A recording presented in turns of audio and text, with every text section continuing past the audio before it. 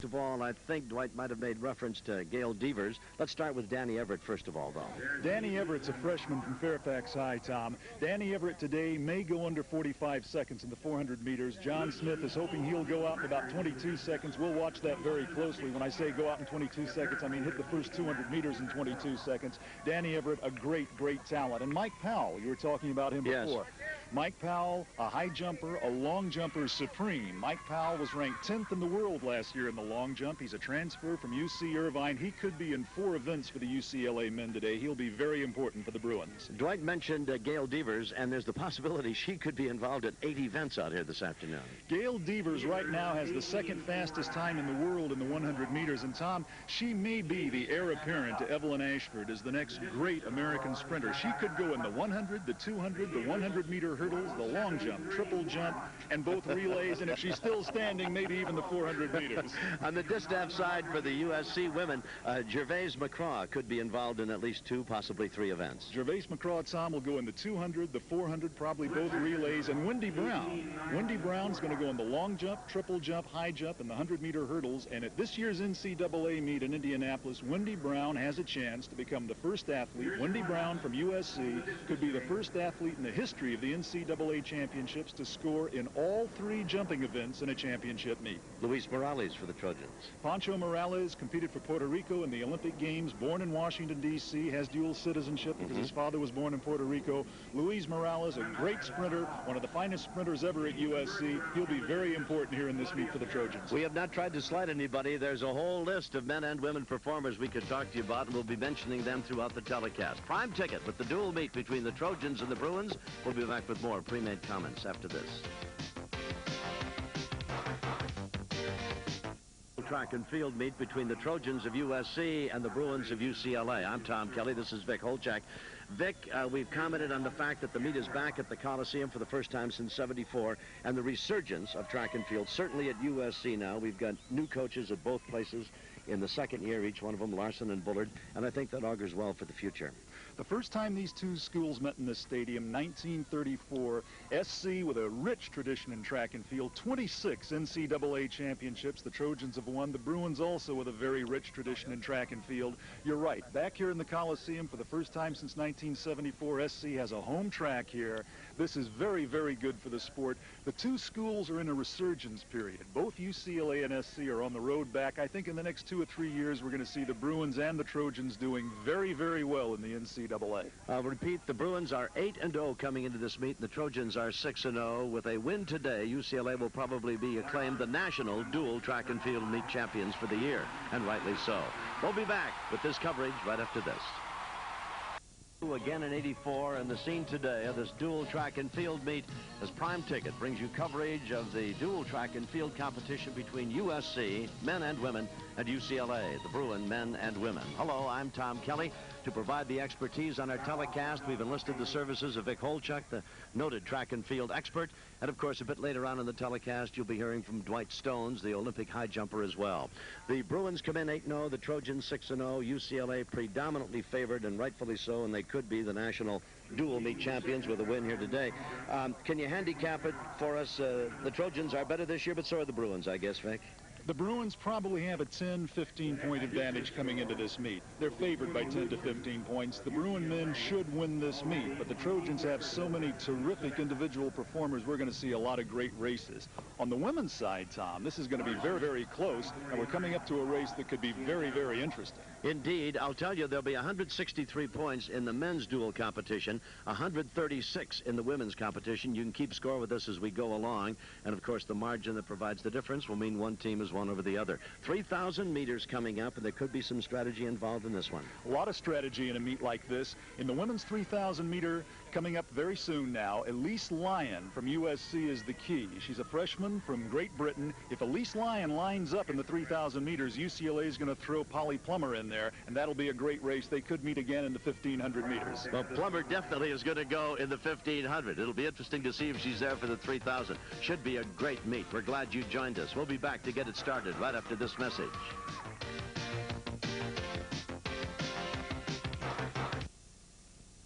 Of America's great divers will be in competition at the Olympic pool on the campus of USC as the Early earlier today it had been quite warm and almost humid, which, Vic, would have been the sprinter's delight. Oh, yeah. But the weather has cooled a bit, and it is, in fact, a bit breezy. And a pretty good crowd on hand, although not like the halcyon days of the Trojans and the Bruins here at the Coliseum. But you've got to walk before you can run, and you can see that the crowds will be better as this meet gets along in future years. We're going with the women's 3,000. In lane 1 will be Roseanne Nardin of UCLA. Excuse me, of USC.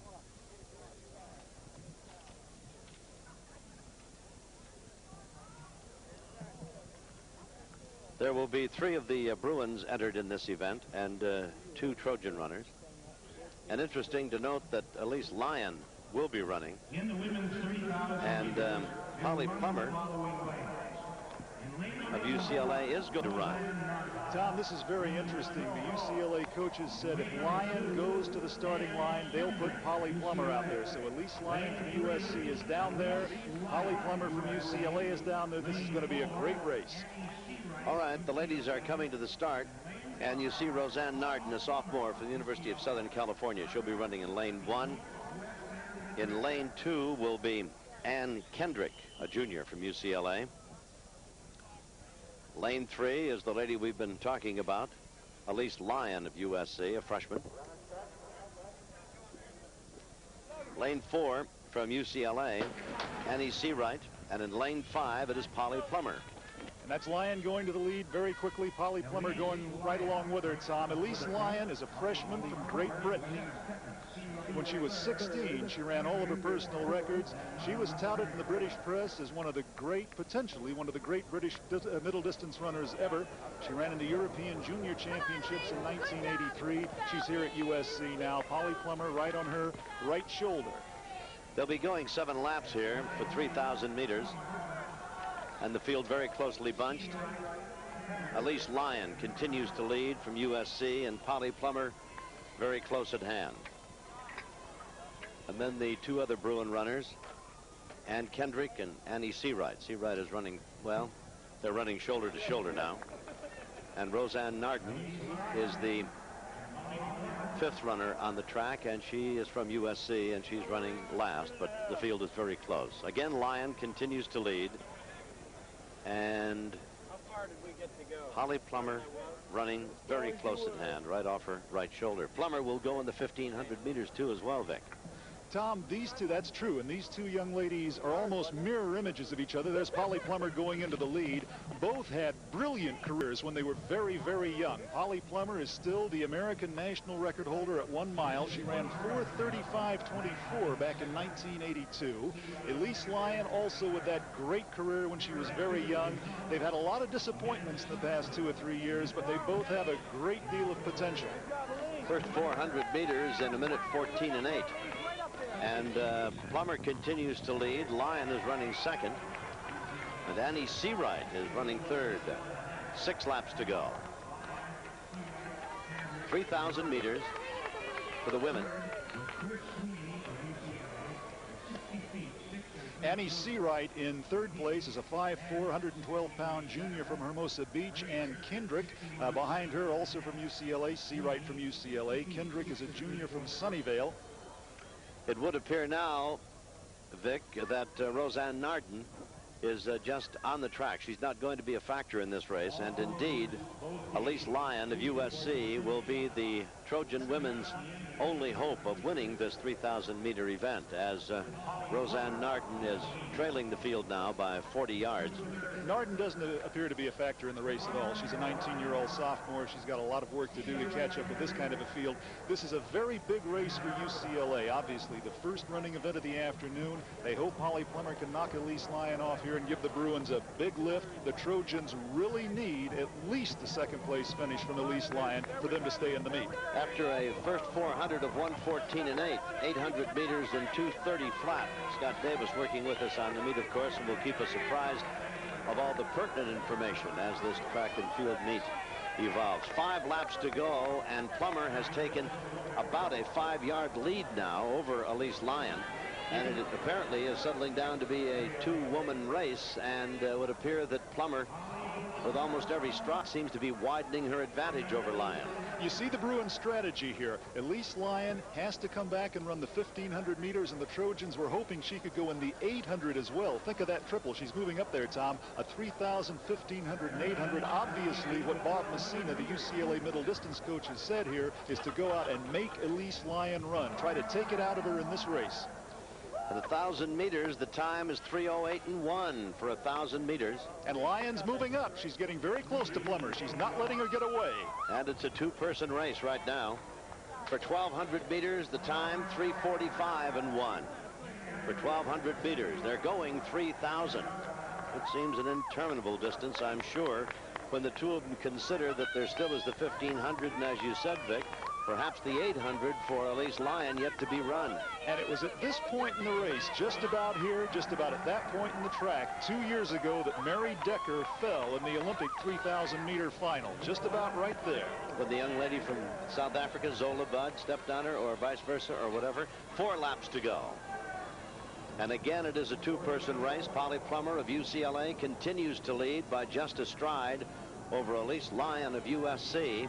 The balance of the field, we've got Ann Kendrick and Annie Seawright, and of course still on the track and still competing, but thoroughly out of this event, is Roseanne Narden of USC. 3,000 meters, and now Plumer continues to widen her advantage a bit as they're on the far side of the Coliseum floor. Plumer out in front by perhaps 5 yards, and we'll get another time for you. 1,600 meters in 5:01 flat. 5:01. Tom, last week at Mount Sac, Polly Plumer was knocked down. She fell in the 3,000 meters. She got up. She finished in a personal record of 9:14.1. The UCLA coaches think she lost anywhere from 8 to 10 seconds in that race. She's obviously very, very fit. It doesn't look good for Elise Lyon at this point in the race already. It certainly doesn't. Elise Lyon's best is 9:58.31. 3 laps to go, and Plumer has widened her advantage to a good 35 to 40 yards now over Elise Lyon.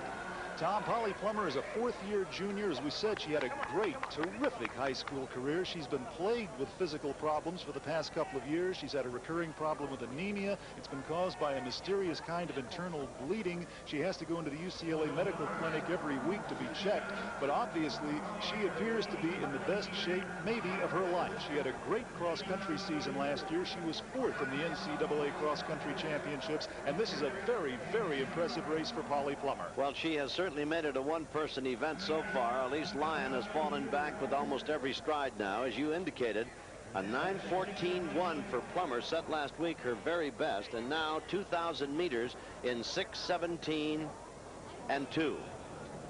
And if Polly Plumer looks familiar to a lot of our viewers, her sister, Tom, Patty Sue Plumer, was a great middle distance and distance runner at Stanford. She was 3rd in the second in the NCAA 3,000 meters 3 straight years. She was 6th. Patty Sue Plumer, that's Polly Plumer's sister. Patty Sue Plumer was 6th in the final Olympic trials back in 1984. But this is Polly Plumer from UCLA. And she comes across the line with 2 laps to go remaining in this 3,000-meter event. Elise Lyon looked as though she was almost tightening up there a little bit, but she continues to run in second, although the only thing really to be decided, Kendrick is running 3rd from UCLA, and Seawright is running 4th. The only thing really to be decided is just the margin of victory that Polly Plumer will have and the time she will turn in for this 3,000-meter event.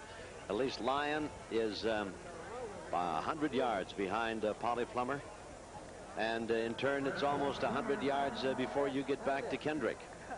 Tom, UCLA is hoping that Polly Plumer is going to have a big meet in the NCAA championships next month in Indianapolis, and this is a very impressive performance. She qualified for the NCAAs last week at Mount Sac. She's running a very, very fine race here. She may come back in the 1,500 meters as well this afternoon. Well, it'll be interesting now. I'm wondering if perhaps some strategy isn't playing a part also with Elise Lyon, feeling that she cannot possibly catch Polly Plumer, will conserve and get second place and conserve whatever energy she can and save it for the 1500 and the 800 yet to be run. That could be. The 1500 is Elise Lyon's best race, and we could have another matchup between these two a little bit later in the meet. A lap to go now. 8:14.6. The time elapsed with 1 lap to go. 3,000 meters, and Elise Lyon figures to finish second, and Polly Plumer will finish first by a wide margin. Elise Lyon, a freshman from Flackwell Heath, and that's Polly Plumer, the junior from Irvine, California. And this is a race that really requires a wide-angle lens if you're going to see all the participants. You see Plumer, who is well out in front, and into the far turn. Elise is way behind her, 100 yards, 110 or 15 yards now, and easily that much too till you get back to Kendrick, and then almost that much as you get back to Seawright of UCLA. And Narden, I think, has dropped out of the competition entirely. Into the straightaway, the final home stretch. Polly Plumer, one of the great high school milers ever. She still has the national high school mile record. She's overcome a lot of problems. This is a wonderful comeback for her, Tom. It's a great race, and it, I think, is going to be a meet record. We'll wait for it official. Look at that kick, and look at her drive to the wire, and she is, of course, the winner. And they're calling it 9:29.7. 9:29.7 for Polly Plumer. Unofficially, 9:29.7. She, of course, has won it very easily. This is Elise Lyon. Elise Lyon, I should say. Elise Knox is Tom Harmon's wife. And Elise Lyon under the meet record as well. And Kendrick in for third. Annie Seawright will be fourth for UCLA. And, of course, the winner, Plumer, with Elise Lyon finishing second. And so the Bruins will pick up 5 for first place and another point for third. And that'll be 6-3 in the point totals. We'll take another look, and you can see where Polly Plumer takes the lead for the first time, and from that point on, really never looked back. This was very early on in the 3,000 meters. Plumer, pigtail flying in the wind. Tom, 4 years ago, American track and field experts were saying that this woman right here, Polly Plumer, could turn out to be another Mary Decker. She could turn out to be another great American women's middle distance star. As we said, she's been plagued with problems, but obviously she's on the comeback trail now. Polly Plumer. And apparently, although it's unofficial, we'll get it officially in a moment, she's broken the meet record by almost 30 seconds. Dwight Stones is in the infield with the winner of the 3,000 meters. Let's go to Dwight. Tom, I've got Polly Plumer down here, and she's still breathing a little bit. You were working very, very hard, even though you had the race well in hand, even though the idea of you coming back in the 1500 still remains very possible. I know, I always get nervous when they're coming up on me, and I'm a little wary of someone else's kick. I guess you should be a little more confident, but I'm still coming back, so it's more of a, I think, a mental, trying to get a mental edge for me as a future meet to try to win by large margin. Speaking of coming back, you've been away for quite a while. You're not that old. You've still got your eligibility left. How does it feel to have been off that long and seeing personal records possible even after falling down last week? It really helps my mind. For a while there, I was like, I call it a slump, a runner's slump, and I wasn't running any faster. My workouts were going. I was just kind of middle of the road, mediocre. So it's nice. Last week I finally dropped my time. It's a good thing. I had a good cross-country season, so that helped motivate me. Last year was a tough year. I had a lot of systemic anemia trouble. Now it's great to be back and running again. Do you think that this could be the year where you could start to break through again? I believe so. Everything's going really well. Keep my fingers crossed. Who knows with me? I just keep plugging away and trying to get over those little walls. Good luck to you, Polly. Magnificent race by Polly Plumer of UCLA, 9:29.7, a new meet record coming up the men in the 3,000-meter steeplechase. She records a long jump of 21 feet, 6 3/4 inches. Here she is again, 21, 6 3/4 inches, Gail Devers. And this sophomore may be very, very busy this afternoon, Tom.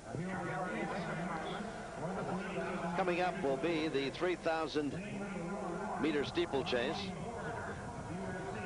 That long jump by Devers, incidentally, was the 3rd longest in the United States in '86. 21, 6 3/4. All right. We have only 3 men entered in the 3,000-meter steeplechase.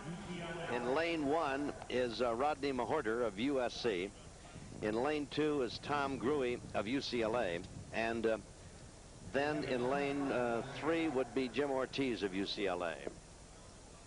You see the collegiate record, the meet record by Junkermann.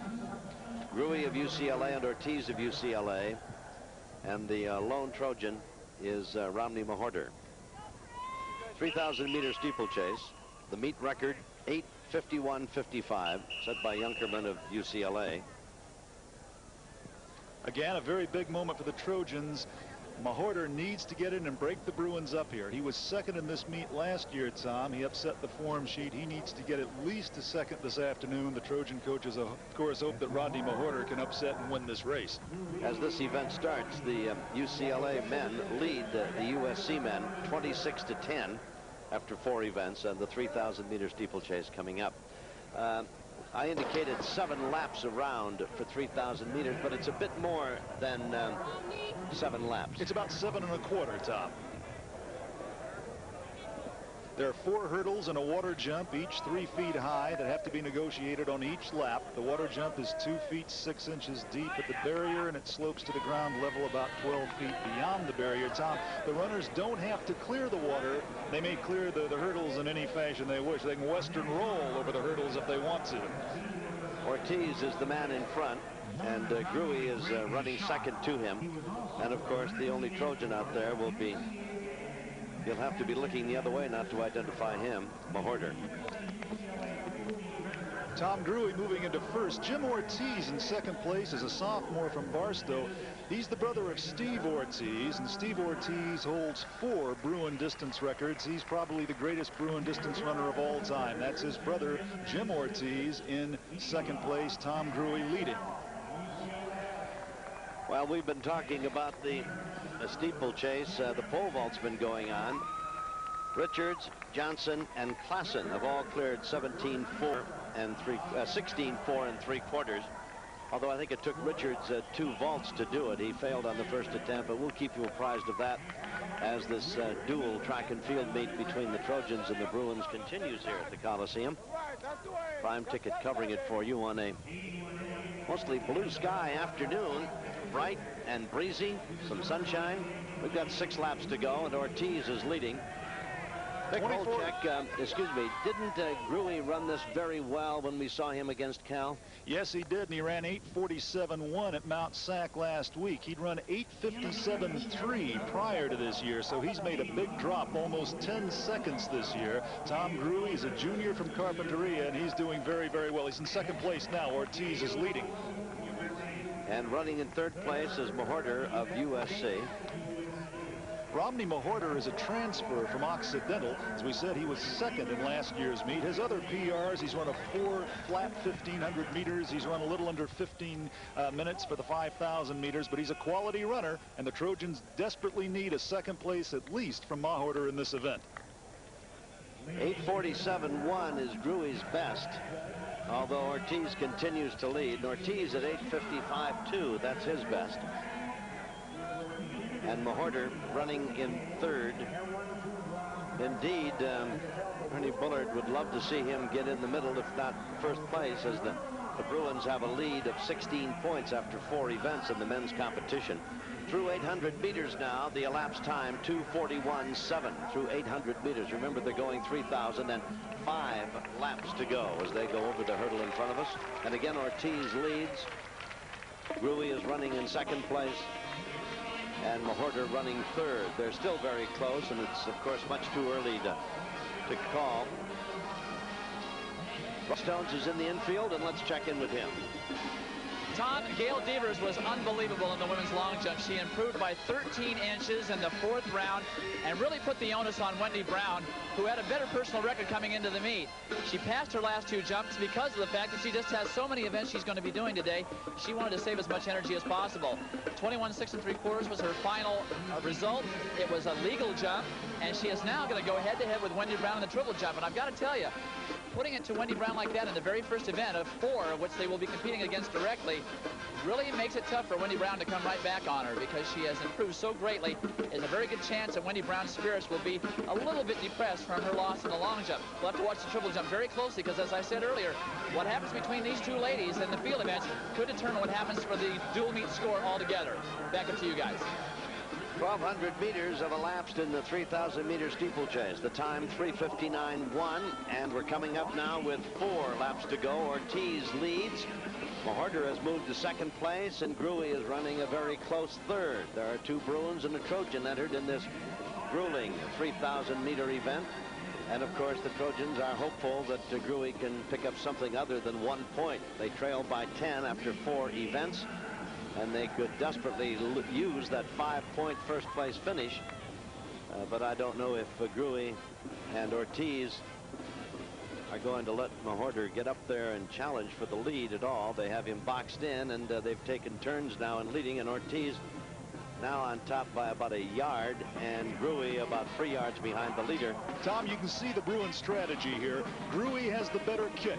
Ortiz is out. He's trying to take the race now. What the Bruins would like to see happen here is, coming off the last turn, Ortiz building a lead and Grewe jumping Mahorter for at least second place. The Bruins want to go 1-2 here. Mahorter's going to have to be very alert to stay out of this. Yes, he's going to have to be very lucky to be able to get first place, or very, very good, or as you say, very lucky not to get boxed in. Through 1,600 meters, 5:16.1, and now Mahorter's coming up to take the lead, and Grewe's coming up along with him. Good move by the Trojan runner. Very smart move by Mahorter. This is just what he needs to do. He needs to go out and force the pace at this time. 3 laps to go, and forcing the pace is what he's doing, as he's taken the lead. And Grewe, who I think the dopesters would say is the better 3,000 meter steeplechase man than Ortiz, not to denigrate Ortiz's talents, which are considerable.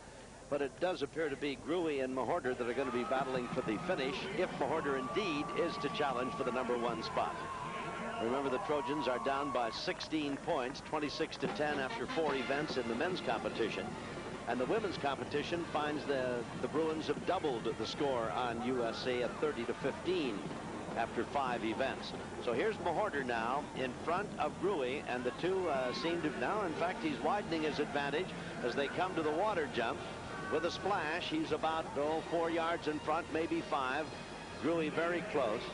Grewe's right up on his shoulder now, but this could be a very emotional moment for the Trojans if Mahorter can stay in for at least second place. Grewe realizing what Mahorter was doing. Grewe getting out there trying to take some of the kick out of Mahorter right here. Speaking of kicking, why, Ortiz has kicked off both of his shoes. He's running barefoot on the track. 2 laps to go as they come across in front of us. Grewe in front. Mahorter, as they clear the hurdle, running second. Ortiz, barefoot as he is, running a distant third. And it would appear, unless Ortiz has a lot of kick left, that Mahorter could hang on to get second. But boy, Grewe is certainly widening his advantage now, as he has taken a commanding lead here. Ortiz is not out of this. Ortiz and Mahorter may have a real battle for second place. Tom Grewe in the lead right now is 21 years old. He's a 5'7", 130-pound junior from Carpinteria, redshirted for 2 years. He's had knee and foot problems, but he's on the comeback trail now. He could be very important for the Bruins in the NCAA championships. This is very impressive for UCLA and Tom Grewe. He's in very good shape now, obviously off of his 8:47.1 last week. They come to the water jump, both clear it successfully, and then Ortiz.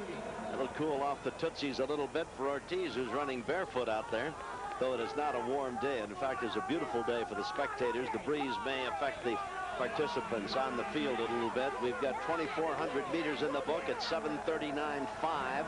7:39.5. Remember, the meet record, 8:51.55, set by Junkermann of UCLA a year ago. And as we go to the final lap, we've got Grewe in front, glancing over his shoulder to see where Mahorter is. And Mahorter is about as far behind Grewe as he is in front of Ortiz, as the 3 men are finishing the final lap here of this 3,000-meter steeplechase. I don't mean to argue with an expert, Vic, but I don't see how Ortiz can catch him unless Mahorter just suddenly quits running. No way now. Mahorter definitely has second place. He's trying to kick now. Grewe's under very good control at this point. It looks like it's going to be, as you call it, Grewe, Mahorter, and Ortiz.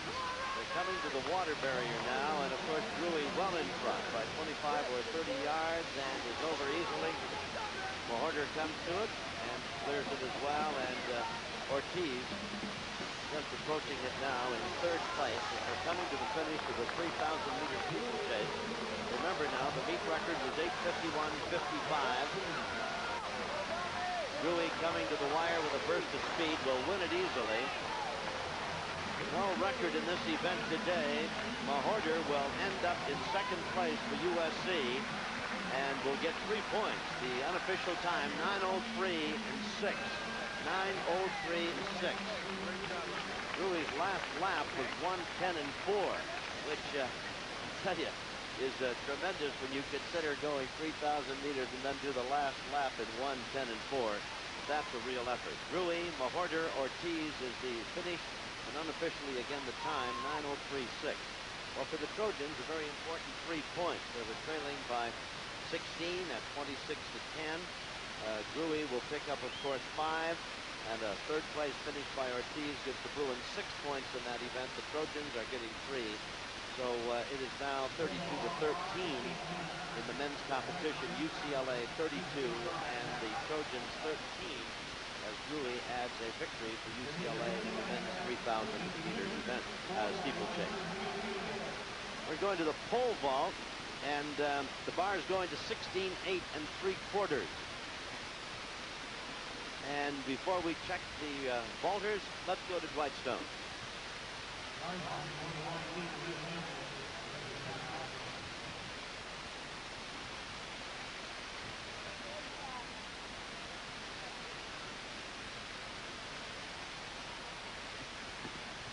We were going to have Dwight visiting with Grewe, the winner of the 3,000-meter steeplechase, and we will get to that in just a bit. Our technical problems have been corrected. Let's again go to Dwight Stone. Tom, you're still breathing a little bit heavily. You look like you controlled that race very, very well, though. My plan was to really take second place. But as soon as Junior Ortiz lost his shoe, I had to go out and go for the win because we didn't want to give those 5 points to SC. But basically, because of Mahorder's PR was so much slower than Ortiz and mine, we really knew we had the race under control.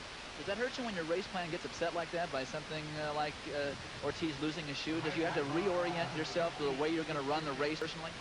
Not really, because if you're a good athlete and you're used to these kind of situations, you got to know that nothing's predictable, and you just have to do what you have to do, regardless of the situation, however it changes. What about the wind on the backstretch? It seems to be gusting very, very heavily. As the race goes on, those barriers have got to look a little bit higher than 3 feet. Yeah, they feel about 4 or 5 feet. Hey, you really have to accelerate into them to get over them. It really takes a lot of concentration in the latter stages of the race. You ran a fine race, Tom. Good luck to you. Thank you. We're going to have the women's 4x100 coming up in just a bit, and we'll get to that as Prime Ticket continues coverage of the Trojans. Both men and women, separate meets each. Unofficially now we'll give you the totals 30-15. The women of UCLA lead the women of USC, and the men's competition 32-13 after 6 events. And now the official results, Tom Grewe winning at 9:03.74 for the 3,000-meter steeplechase, and Mahorder of USC and Ortiz of UCLA finishing second and third. And as you heard when Grewe was talking with Dwight Stones, he and Ortiz had the strategy, and it kind of came unglued a bit when Ortiz lost his shoe and then kicked the other one off and finished barefoot. And I don't think that Grewe really was concerned about winning the race. He thought that both he and Ortiz could easily beat Mahorder. Their personal bests were better than that of Mahorder. So, but when Ortiz was running barefoot, it was left to Grewe to win it. He just went out and did it. Or Grewe, I should say, to go out and do it, and he did. We've got the women's 4x100 relay coming up. Robin Simmons has been scratched from this event. Tom, this is a Leslie Maxey is in. Leslie Maxey is going to be running the leadoff leg for USC here. The Trojans tried to keep this information from UCLA all week. SC comes into this. A week ago, it appeared that this race was a lock for the Trojans. They've run close to 44 seconds flat. That's the fastest collegiate time in the country this year. This was very important for SC. Robin Simmons and Gervais McCraw, who run the first 2 legs for the Trojans, brilliant runners. A great pass from the first woman to the second woman. Now they've got a problem. Leslie Maxey has had to replace Robin Simmons. Simmons tore a muscle on Monday. The first pass here for SC from Leslie Maxey to Gervais McCraw. The Trojans have never practiced this. Leslie Maxey is not a sprinter. She is not a relay runner. So this is going to be very interesting for SC, this first pass. Gail Devers is going to be running the second leg of this 4x100. She's a magnificent athlete. We showed her effort in the long jump at 21 6 3/4, where she won that quite easily. And you heard Dwight refer to the battle, that the personal battle that goes on between Miss Devers and Miss Wendy Brown of USC. And now we'll have Miss Devers running in the second leg of this 4x100. It'll be Maxey, McCraw, Cabell, and Mayberry for the Trojan women. For UCLA, Gail Kellen will lead off. Gail Devers will run the second leg. Monica Phillips the third leg, and the final leg will be run by Choo Knighten. She'll anchor it, and Mayberry will anchor it for the Trojan women. If the name Cabell seemed to ring a bell with you, it should, because LaWanda Cabell is the sister of Enos Cabell, Major League Baseball player who is currently with the Los Angeles Dodgers. Tom, there's an official standing over right by the first handoff lane. He's got a red flag in his hand, and if that red flag goes up, when Leslie Maxey tries to pass the baton to Gervais McCraw, the Trojans will be out of this, and that would be a disaster for SC. Remember, in the relay, it's 5 points for first, nothing for second. Bob Kersey was so sure, the UCLA coach was so sure that SC would win this. Halfway through the week, he was considering not even entering a team. When he found out there was a problem with Robin Simmons, he jumped to that and said, yeah, we'll put a team in there. UCLA has to be favored in this race now. A week ago, that was the other way around. SC was the overwhelming favorite. The best had been 44.9 for the Trojan women. For the Bruin women, their best has been 45.26. And of course, with Simmons, that was 44 and 9. Simmons is out. So indeed, this initial leg and the passing of the baton, Maxey to McCraw will be, or could be. And of course, it's even worse for SC because Kersey's put Gail Devers on the second leg. The Trojans know that possibly the fastest collegiate sprinter in America is running on that second leg. That puts even more pressure on the Leslie Maxey to Gervais McCraw exchange. I'll remind you again that in the women's competition, UCLA leads 30-15 in points. So indeed, the 5 points that go to this relay winner is a most important one, especially for the Trojans. Nothing for second place. The winning team gets 5. Kind of a hush is falling over the crowd here now as the gun is in the air and they're set. There's the start, and away they go. Maxey running against Kellen. Watch the passing of the baton. Devers will carry the second leg for the Bruins. Here it is right here. They got a good pass. SC got a very good pass. Yes, Gervais McCraw's out in front, and that's Gail Devers running the second leg for the Bruins. And can they fly? And again, the baton pass. And McCraw gives it over to Phillips. Phillips running the third leg. The third leg, I should say, for UCLA, and the third leg for the Trojans is LaWanda Cabell. Running the anchor leg will be Mayberry. She has the baton. She's coming down the stretch, and the crowd's on its feet, and it would appear the Trojan women are going to pick up 5 big points. Knighten cannot catch her. And Myra Mayberry anchors the leg, the anchor leg of the women's 4x100, 44-2. Unofficially, the time 44-2, and a big 5 points for USC to narrow the gap to 30 and 20. That's unofficial. Tom, that is an enormous emotional lift for the Trojans. A great depression hung over this SC track and field team, the women's team, all week. That muscle pull came on Monday. Here it is right here. There's the passing of the baton. And that was the handing of the baton from McCraw to Cabell. This is LaWanda Cabell running the third leg for USC. She'll hand it to Mayberry now. This is an excellent USC sprint relay team. For them to come back, losing Robin Simmons and running Leslie Maxey on that first leg, this is a terrific victory. LaWanda Cabell right here, handing off to Myra Mayberry, a junior from Reseda. And running the anchor leg for the Bruins is Choo Knighten. But Choo coming down the stretch really could not pick up any ground on the lead the Trojans had given to Mayberry.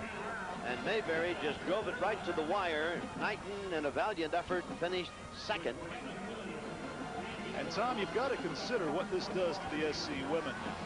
if they had dropped the baton or if they had lost this race, there's no way I think they could have been competitive in this meet. Now they're fired up. You can see it down there. Leslie Maxey's running around, jumping up and down. She's been running the 400-meter hurdles and the 4x400. The Trojan women have momentum now. And remember, they've never beaten UCLA, the UCLA women, that is, in a dual meet. The times 44-1-5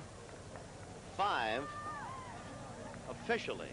44-1-5 for the winning USC Trojans, and 44-6 is the time officially for the Bruins, who finished in second place. And in the points, a very big 5 going to USC. And now the gap has narrowed to 30-20 as the Bruin women still lead by 10. That's very fast. 44-1-5 is a very fast 4x100 indeed. And when you consider the absence of Robin Simmons, and it's a new meet, it's very close to the meet record. The meet record was set by Phillips, Bailey, Joyner, and Devers a year ago at 44-1-3, and the time today by the USC women's team, 44-1-5. That's Leslie Maxey, Gervais McCraw, LaWanda Cabell, and Myra Mayberry, who ran the anchor leg. That's a very big win. It is indeed, Tom. And this gives SC a lot of momentum even going into the NCAA championships in Indianapolis. They know if they get Robin Simmons back, they can get under 44 seconds flat. And USC, the women, could win the NCAA 4x100 meters, the championship in the NC2A title meet back in Indianapolis. A big, big win for the Trojan women. 400 relay for men will be coming up in just a bit. To talk about that a little bit, Vic, how do you handicap that? Well, here's another event where SC should be favored going into it. Remember, UCLA does not have Henry Thomas in this event. Henry Thomas, the brilliant freshman from Hawthorne, will not run in the sprint relay. At least that's the information we have at this point. He may just run one event today, the 4x400 at the end. UCLA with a very good 4x100 relay team. USC also with a very good team, anchored by Pancho Morales, the Olympian from Puerto Rico. Getting back to the women's win in the 400 meter, their time of 44-1-5 was just a tad off the meet record, and just a bit worse than 44-9. We're looking, that was the USC record. Here's Klassen of USC in the pole vault. The bar's at 17 feet 3/4 of an inch, and he stopped that one halfway down. Wicks, Klassen, and Richards are still in the competition, and the bar's at 17 feet 3/4 of an inch. And Klassen kind of aborted his vault halfway down, and now he'll regroup. Tom, Klassen was a decathlete. He's very good speed. He's been under 11 seconds in the 100 meters. He has dropped the decathlon now to concentrate on the pole vault. He's been over 18 feet this year. He's a real prospect in this event. 18 feet and 1/2 inch is his very best. And we'll watch him now down the runway. Bar set at 17. Oh, cleared it easily. Cleared it easily.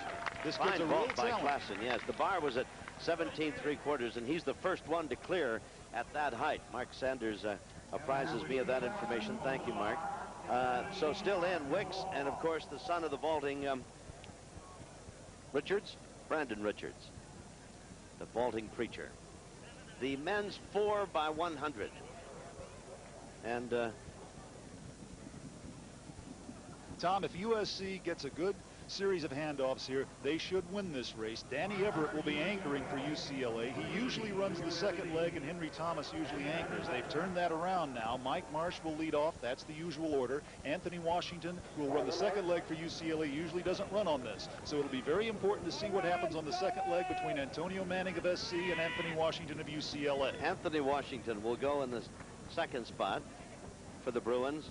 Mike Powell, Danny Everett, and the lead runners are Stoney McRae for USC, Michael Marsh, and away they go. 4x100. Here's the important exchange for UCLA. They need a good leg from Anthony Washington. Washington gets the baton, and so does Antonio Manning, and Manning continues to lead. Oh, Manning's pulling away. His margin. Oh, my. He's turned about a 2-yard lead into about 4, and there's a bad baton pass. It's over. By the Bruins. Dexter has it for USC, and a big lead as he hands it to Luis Pancho Morales. The Bruins made up, and now they lose the baton altogether. And so the Trojans, Morales anchoring, will roll to a 5-point win as the Bruins first got a bad baton pass from Washington to Powell, and then an even worse one from Powell to Everett. And that's a very big 5 points for USC, as they now have narrowed the score to 32-18. Time 39-5. 39-5, the time unofficially. Take a look at the exchanges, and if in the past you've thought that announcers worried too much about things like the baton exchange, just watch that. Here you see Anthony Washington, inexperienced in this race. He and Mike Powell get totally tied up there. The race is over right there. SC could have walked in and won it from this point. Now watch it again. If you thought that was a bad baton pass, watch this one. This one flies right up in the air. I mean, we're talking about a hot potato. That's Powell to Everett now to anchor it, and watch as Powell tries to give it to Everett. Morales has a big lead for SC here. Well, you're not going to see it because the baton just flew in the air, and literally Everett never had it to run the final 100 meters. This is the latest in a long line of great Trojan sprinters. Luis Pancho Morales, a 22-year-old junior born in Washington, D.C., represented Puerto Rico in the 1984 Summer Olympic Games. They've unofficially put it down at 39-5, and there it is, unofficial results. McCree, Manning, Dexter, and Morales picking up the 5 points, narrowing the gap again, 32-18 now. Unofficially, that's our total, scoring-wise, as the Bruins continue to lead over USC. The women's winning 4x100 relay team, USC winning that also, is down with Dwight Stones. Let's go to Dwight. Tom, first we're going to talk to the girls. We're going to talk to about your race first. Leslie, your pass, your first exchange was a little bit shaky. Were you a little concerned? Yeah, we were really concerned because the girl who does it normally got injured a couple of days ago in practice. So it just kind of stuck me in there, and we'd never practiced on passes or anything. So it was just like pray and give her the baton. Myra, when you saw that first pass, did it bother you about what type of shape you were going to get the stick in? To tell you the truth, all I saw was Gervais hit the ball. I didn't really see the handoff, but I know as soon as Gervais gets the baton, it's over. Okay, we were talking about the men's race. First leg was very, very close, but second pass, Manning blew it completely open. Manning, that guy is tough. I know, I have all the confidence in him because he is tough. As soon as he hands off to Mike Dexter, I know it's really over. It's really all over. What does this do for your momentum in the women's side? You guys were having some trouble with some of the field events. The 3,000 meters didn't go so well. How does this change the momentum winning the 4x1?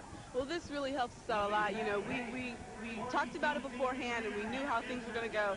So, you know, this is really a morale booster for us, and, you know, we need it. And it's going to be tough. I think it's going to come down to the wire. I think it will.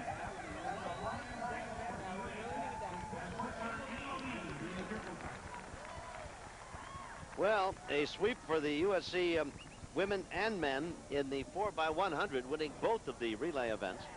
And the Bruins mishandling the baton quite badly, turned a very close event into no contest at all in the men's competition. We look at the scoreboard. UCLA continues to lead in the men's dual competition, 32-18 after 6 events.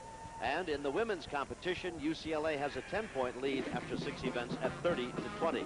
Remember, there are 163 points available in the men's competition and 136 in the women's competition. All of the relays are strictly winner gets it all, 5 points, and the rest of the meet events are 5 points for first, 3 for second, and 1 point for third place. Tom, So you've got to indeed, think the about points are momentum precious. here. The horse was here, the Trojan horse, a few moments ago. Yeah, The Richard band is Sacco down and here. Traveler out here, yeah. And they've won 2 straight sprint relays, so the Trojans are jazzed at this point. You can feel it in a dual meet like this. SC, UCLA, the momentum can shift very quickly, and it has an effect in a competition like this, a very big effect. We're getting set for the women's 1,500-meter event. Polly Plumer, who won the 3,000 and has the meet record here, set it for UCLA in 1985, is entered again. Elise Lyon of USC, the lady who took second in the 3,000 meter, is back in the 1,500, an event that she's better at. Denise Ball of UCLA will be in this, and Marianne Bullard of USC is also entered. So there are 2 from each school here in the 1,500-meter event.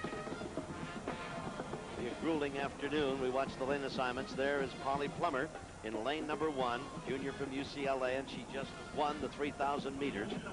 Comes right back for 1,500. There's Elise Lyon, freshman from USC, who finished second in the 3,000 meter.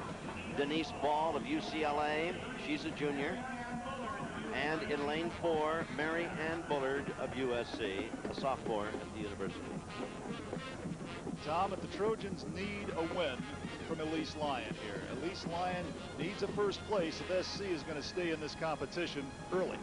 Plumer's best is 4:16.8 for this 1,500 meters, and the way she went out and won that 3,000, I think she's going to be tough to beat.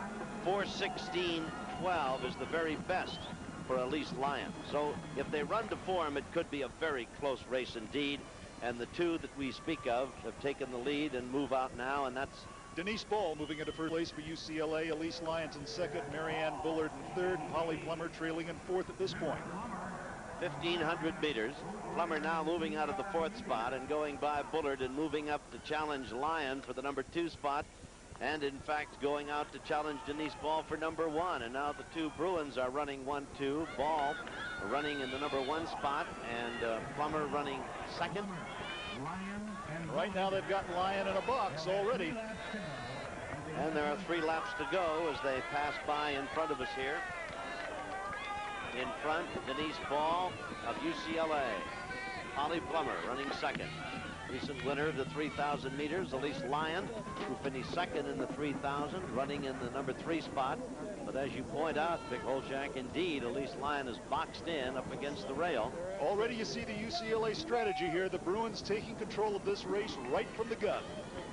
And they are on top, and Plumer is now very much in second, and Elise Lyon moving up. First lap went 1:11, 1:11 for the first lap. They're going 1,500 meters.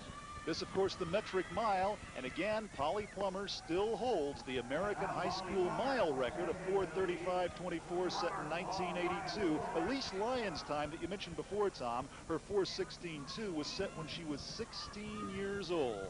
Well, Plumer has taken the lead now away from teammate Ball, and Lyon has moved into second place as they come by us here. Ball dropping back to third, and Bullard challenging her for that spot. But Bullard running in the number 4 spot for USC. We've got Plumer leading, Lyon running second. 2 laps to go in the women's 1,500-meter event. Mike McGee, athletic director at the university, checking on the action here this afternoon at the Coliseum. A nice, enthusiastic crowd on hand.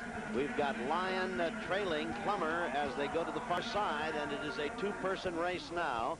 And we have Plumer leading, Lyon running a stride and a half behind in second place, then Ball in third, and Bullard a very distant fourth. 800 meters in 2:22.5. Tom, Polly Plumer running a very smart race. In fact, we have 2 races going on here. Plumer and Lyon running for first and second place. Mary Ann Bullard and Denise Ball running for the very important 3rd place at this point. We have 2 separate races. That's what's happened already. And remember, the score is 30-20. UCLA women leading the USC women. 5 points for the winner here is a very big 5 points. And of course, 3 for the second place finish is very big indeed. And don't forget that 1 point that goes to 3rd place. Elise Lyon's right there. Indeed, right back at Plumer. They are just a stride apart, but Plumer continues to hold her advantage with 1 lap to go as they come down the track in front of us. 1 lap to go, and they are a stride apart. And one wonders why they aren't stepping on one another, but they aren't as they go past the far hairstyle end. We've got Ball in 3rd place, 3:15.3 with a lap to go. 3:15.3 with a lap to go, and they are just a shoulder apart now. And now Lyon comes up to challenge. There goes Plumer. Pulls away. Lyon is still 1.5 yards to 2 yards behind, and Bullard has no chance, I don't believe, of catching Ball for that 1 point that goes to third place. Here's Lyon challenging again. Tom, these are two women that 3 or 4 years ago everyone was predicting great futures for. They've had bad seasons for a couple of years, but they still have great careers ahead of them. Well, they're having a great race for us here this afternoon. Bad seasons in the past or not. And here they come to the roar of their teammates, Plumer and Lyon, and the crowd is on its feet, and Lyon is drawing abreast of Plumer. Now Plumer pulls away. Coming down the final 50 yards here, this 1,500 meters, and Polly Plumer's going to score a double. What a big victory. 3,000, now the 1,500, and Lyon is going to have to settle for second place in both events. What a big win for Polly Plumer. A big, big double. Oh, what a win for Polly Plumer. Unofficially, Vic, we're calling it 4:24.4. Unofficially, 4:24.4. Plumer's best 4:16.8, so she's quite a ways away from that. And the meet record 4:23.1 set by Plumer here a year ago, so she's about a second and a third away from that. A terrific effort by both of them, Tom. Remember, just an hour ago, they ran the 3,000 meters. Just an hour ago. They come back. Talking about it makes me tired, and what a great race. And we have to congratulate both of them. Polly Plumer won it. Lyon kept challenging, and in fact, as you watch this replay, watch Lyon come even with Plumer, and they are now dead even as they hit the top of the stretch. And in fact, Lyon may have taken a bit of an edge there, and Plumer was not to be denied. It looked like Lyon was going to kick by her, but Polly Plumer felt her coming and kicked away right here. A brilliant race by the UCLA junior from Irvine, Polly Plumer. A magnificent race, and the crowd was on its feet the last 100 yards cheering their respective runners to victory. The winner, Polly Plumer, and the crowd was thrilled by the 1,500-meter event. We've got the men's 1,500 meters coming up across the way. Collegiate record 3:33.1, the meet record 3:43.7. And we'll, there in lane number 1 is Mark Junkermann of UCLA, a junior. In lane 2 for the Trojans, Roman Gomez, freshman from USC. Lane 3 is Jim Gaffield of UCLA. He's a junior. Lane 4, John Butler of UCLA. And we have Christian Cushing-Murray of UCLA, not involved in the scoring, a freshman. So there are involved in the scoring, or potentially so, 3 Bruins and 1 Trojan. The only Trojan entered in the 1,500 meters is Roman Gomez. And the start, and away they go. Junkermann takes the lead. Tom, Mark Junkermann PR'd last month against Cal on our prime ticket telecast. He ran 3:42.7 in that meet. Mark Junkermann, an outstanding prospect. They think that his future really lies in the 5,000 meters, but he's certainly an outstanding intercollegiate 1,500 meter man, also a steeplechaser. He is indeed. And he has the lead here as they come by us for the first time in the 1,500 meters. In fact, the Bruins are running 1, 2, and 3. John Butler, Jim Gaffield. Gomez, the shortest of the 5 men on the track, the only Trojan out there. Tom, a word about Roman Gomez. He's a 19-year-old freshman from Belmont High School. Last year in the Los Angeles City High School Championships, get this, he won the 800, the 1,600, and the 3,200. He's the only high schooler in California state meet history to win the 1,600 and the 3,200 2 years in a row in the state meet. A great, great talent, Roman Gomez, the freshman from SC, right now in 4th place. 400 meters in 61.1. That's the official time for the split, 400 meters. They're going 1,500 meters. Junkermann continues to lead, and right at his shoulder is Butler, now back perhaps a half a stride. Gaffield of UCLA next to the rail running 3rd, and almost stride for stride with him is Roman Gomez, who's out in the middle of the track now, so to speak, running 4th. 2 laps to go, but in better position now if he can't really get that boxed in if he's got any kind of a kick, as we have Junkermann and Butler and Gaffield showing the way. The 5th runner out there is Christian Cushing-Murray of UCLA, who is not involved in the scoring. You see the Trojan problems now. SC with a very thin team, only one runner in this race, and UCLA with more depth has a chance to box the Trojan runner. Gomez has a problem here. There are 3 Bruins out in front of him. He may have to go all the way around at one point in this race, run extra distance. You bring up an interesting point. Should Gomez win it, he would only get 1 more point for the victory than the Bruins would amass simply by virtue of more numbers on the track. And of course, if they could very easily sweep it all, get a 5, a 3, and a 1. Junkermann continues to lead 800 meters, the time 2 and 2:03. Butler is running second, and running third is Gaffield, and dropping back to 5th place now is Roman. Gomez is a real competitor. He's got a good kick, but the Trojan coaches were saying they're afraid he may not have the conditioning this season to run at this level. We'll see right now. This is Roman Gomez, one of the great high school runners ever, dropping into 5th place now. And falling even further behind. It looks like a Bruin race all the way, and in fact, Cushing-Murray has taken the lead, and now coming up to challenge in number 2 spot is Junkermann, who had fallen behind. Now Junkermann has taken the lead, and the Bruins are playing who wants to lead for the next 10 yards out there, with Gomez, a very badly beaten, running all the way dead last, and will not figure in the scoring at all. And out in front and pulling away from the rest of the crowd with the lap to go will be Junkermann. Cushing-Murray is running second. John Butler and Jim Gaffield. And a distant 5th in the event is Roman Gomez. So it'll be a sweep for the Bruins miss. And now we've got Butler coming up to take over the number 2 spot with this at the finish as he gets ahead of Cushing-Murray. Gaffield finishes in 4th place and Gomez finishes 5th. So the Bruins will pick up a total of 9 points in the event. Junkermann will take 1st and Butler will get 2nd.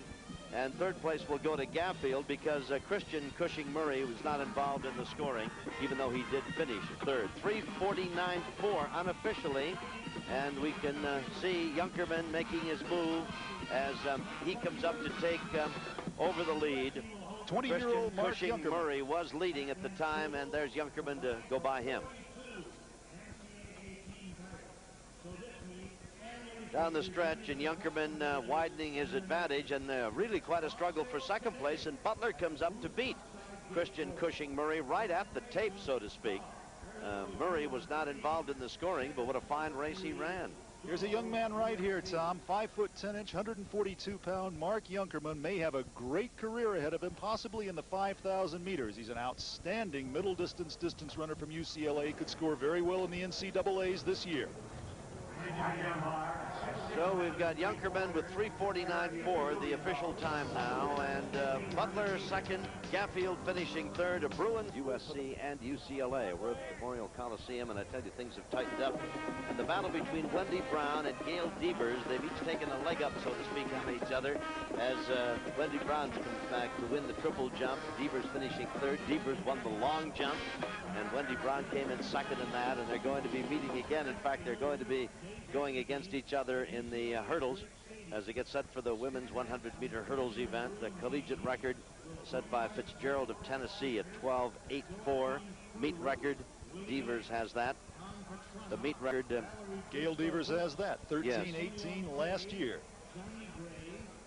We're really seeing a remarkable athlete, Tom. Gail Devers, as you said, won the long jump, 3rd in the triple jump. She ran on the UCLA sprint relay team. This is her 4th event of the afternoon already, and we're not even halfway through the meet.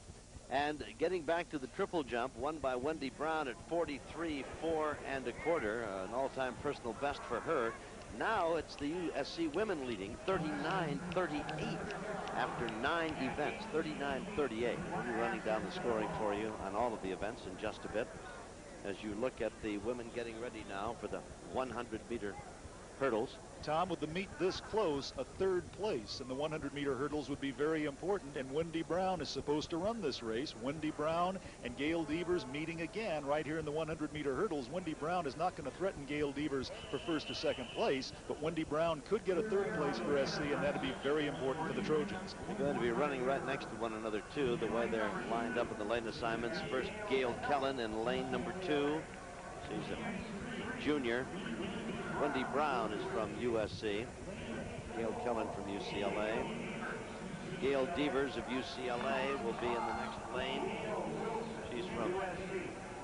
There's Gail Devers from UCLA.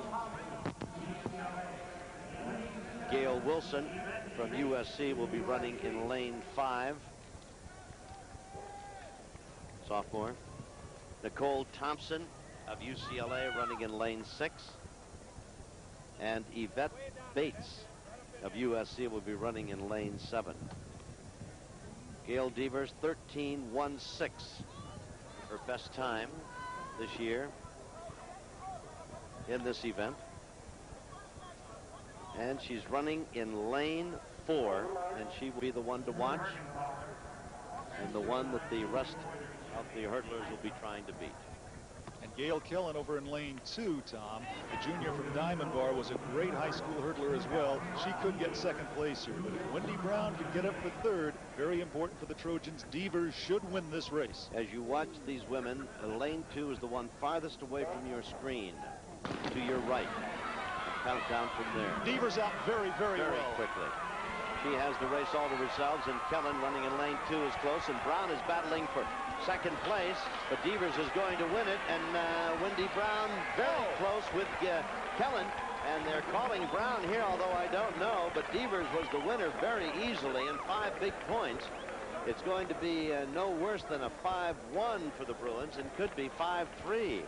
13:04 is the time, and we're going to take another look at it with you. Now, that's Kellen at the top of your screen. Great start by Devers. Great start. Wendy Brown is running in the lane 2nd from the top of your screen, and Devers is running in the middle of your screen and running all alone. Easy to find her because she's going to win it going away. Watch the battle now between Kellen and Brown as they come to the wire. Watch it very closely. Here comes Wendy Brown. Well, they haven't come to the wire yet. Move it just another step, gentlemen, if you will. It looks like Brown. That's a big upset. And a big race, and a big 3 points for the Trojan women. The winner, though, Gail Devers, unofficially, the time was 13:04. We'll be back with more of Prime Tickets coverage of the dual track and field meet. But first, we'll pause for this message.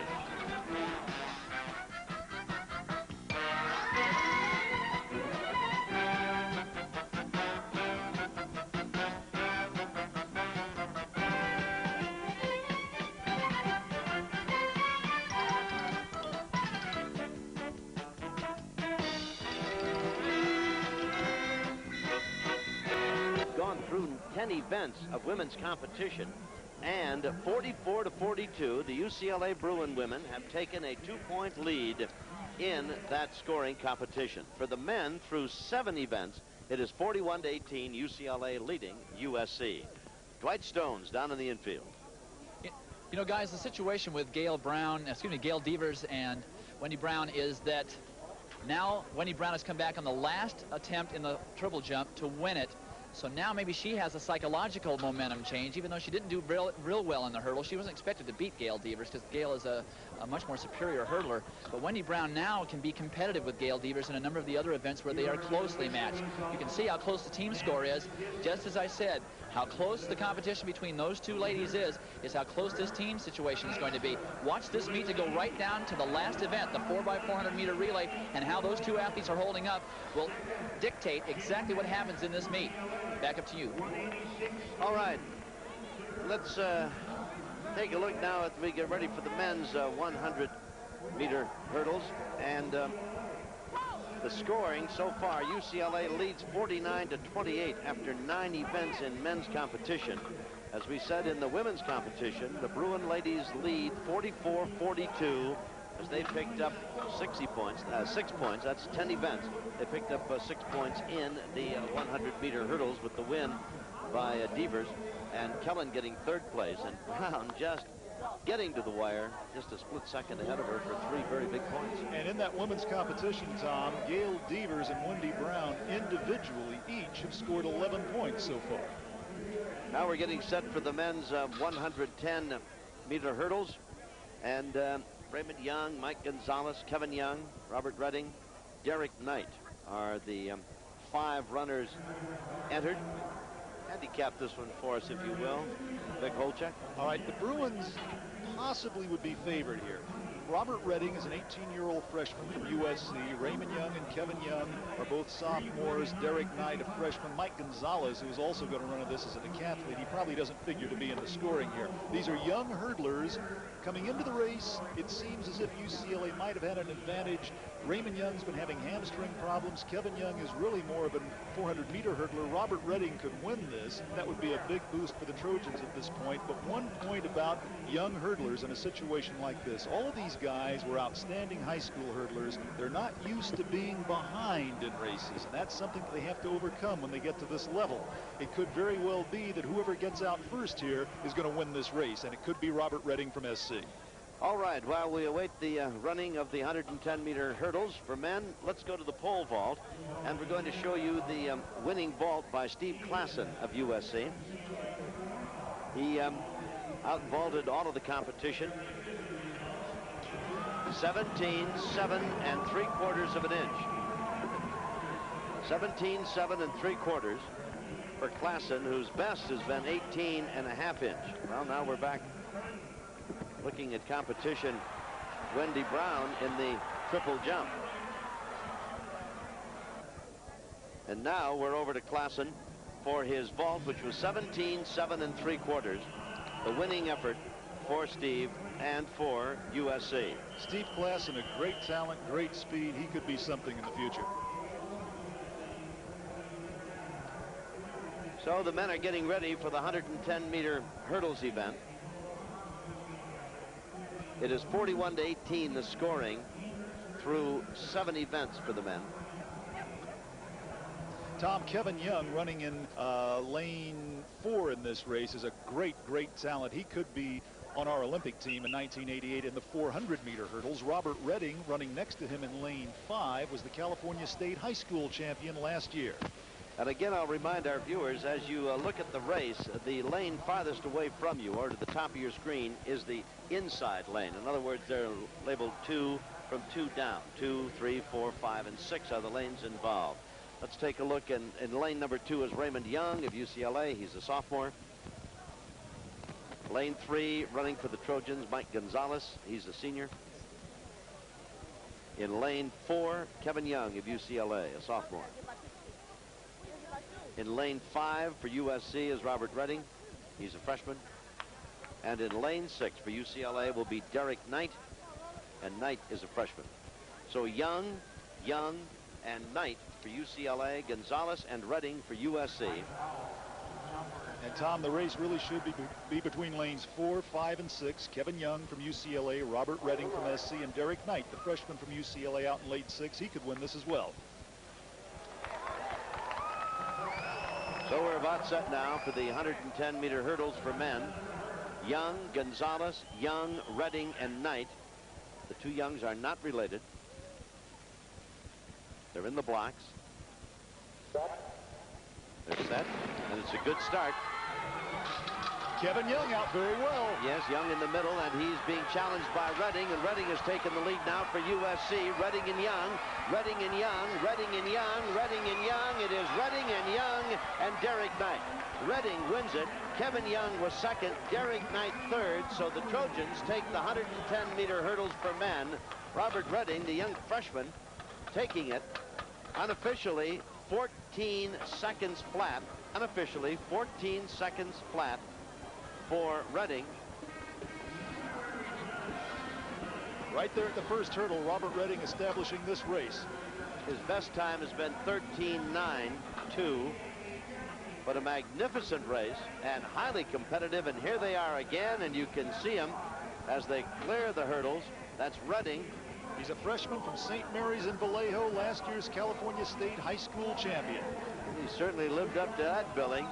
Hits that hurdle, but it stays up. He's over the next one, and he and Kevin Young battling to the wire. And the lead that Redding had almost from the start was good enough to take to the wire and pick up the victory. And again, with young hurdlers not used to running from behind, usually the man over that first hurdle in a situation like this can very easily hang on to win. There's the unofficial time, 14 flat for Redding. Young second, Derek Knight of UCLA taking third, and the winners with Dwight Stone. Gentlemen. Robert, you kept your concentration very well at the end. You started at one hurdle and you corrected your technique. That was excellent concentration. Well, thank you. I saw him on me all the time, so I wanted to keep it in my race. So I just kept pressing harder and harder. You're not the shortest guy in the world. Does this tailwind bother you, getting your foot down right after the hurdles so that you don't come up on the next one? Well, the problem is my lead leg. I can't bring it down fast enough. The wind I can't feel. I block everything out when I run. You notice that you mentioned that you said you felt Kevin Young. Did you feel him or did you see him? Both. I saw him in my peripheral. Saw his lead leg, his body, and towards like 7th, 8th hurdle, I just kept my own race and I beat him down. Now, for younger hurdlers, you have to admit that you're not supposed to see your competitor. You're just supposed to see your set of hurdles in front of you, right? Right, that's right. But I can still see him in my peripheral. So. It was an excellent race. You've held your concentration well. Good luck the rest of the meet. So the time for the winning effort, the Lakers and the Dallas Mavericks. Officially now we've got Redding at 13.96 for that 110-meter hurdle adventure. Young of UCLA and Knight of UCLA taking second and third. 13.96 for Robert Redding. Interesting to note, Vic Holchak, the Trojans have won the high hurdles. That is, they've won the 110 hurdles. They've come on and won the discus, and they've won the pole vault, and yet they've been able to pick up just a handful of points against the Bruins simply because of the sheer weight of numbers. UCLA with great depth. This is one of the reasons the Bruins probably have the finest dual meet team in the country, Tom. Very good point. This is a great, great UCLA dual meet team. And you saw Mike Powell, who is another member of a very deep UCLA team, performing and doing brilliantly. Kevin Young took second, sophomore from UCLA.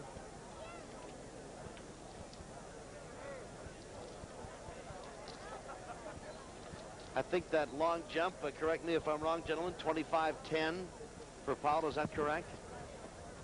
25.10 for Powell, magnificent. And he's such a gifted athlete, he can perform in several events. We're getting ready for the women's 400, and the scoreboard through 10 events would show the UCLA women leading 44-42. Very competitive, and this is a very important race in light of the score. Remember, 5 points to the winner, 3 to whoever is in second, and 1 to the third place finisher. 400 meters. Tom, this is a very big race for the Trojans. LaWanda Cabell, Choo Knighten, Gervais McCraw. LaWanda Cabell and Gervais McCraw from SC, Choo Knighten from UCLA. Gail Devers was entered in this, and they have scratched Gail Devers. I mean, she's done enough already, and she's got more races to come. But this race could be between Choo Knighten of UCLA and Gervais McCraw of USC. Knighten will be in 3, McCraw in 4. The Trojans need a victory here. If Choo Knighten can upset Gervais McCraw, it'll be a very big moment for the Bruins. Well, the lady with the meet record, LaWanda Cabell, is going to be in lane 2 for USC. Choo Knighten will be running in lane 3 from UCLA. She's a freshman. Gervais McCraw from USC will be running in lane 4, a junior. Replacing Gail Devers, we have Sarah Paris of UCLA, a sophomore, running in lane 5. Rochelle Savoy of USC, a junior, in lane 6. And Michelle Banks is running, check it. It's Michelle Banks. Michelle Banks running in lane 7. Again, Tom, this race should be between lanes 3 and 4. Choo Knighten, the freshman from Locke High School, in lane 3. Gervais McCraw, the USC junior from Diamond Bar. McCraw has run 53.14 this year. Choo Knighten in lane 3 has run 53.21, but she ran 52.17 in high school last year at Locke High School. That's LaWanda Cabell, and she has the meet record. And in lane 3, that's Choo Knighten. Knighten was the California State High School champion last year. Staggered start, 400 meters. Again, the lane to the top of your screen as they start will be lane 2, and that will be with LaWanda Cabell. 2, 3, and 4. That's where this race should be. And it's a good start, staggered as it is. Knighten is in lane 2, and McGraw has taken the lead for USC in lane 3. Cabell running very well in lane 2. Yes, but Knighten has picking up now, running second, as we've got McGraw running first, Knighten running second, and coming up on McGraw, Cabell is running third. Choo Knighten is leading. Choo Knighten. And that's McGraw dropping back now as Cabell comes on and takes over second. But Choo Knighten is out in front and appears to have this race put away. With about 100 meters to go, it's very close, and now here's Cabell making a drive on the inside, but Knighten is holding on. It's Knighten, Cabell, and McGraw. Knighten, now Cabell is fading. McGraw coming on, but she won't be able to catch Knighten, who has her at the wire, with McGraw getting second and Cabell taking third. Knighten wins it. Gervais McGraw second.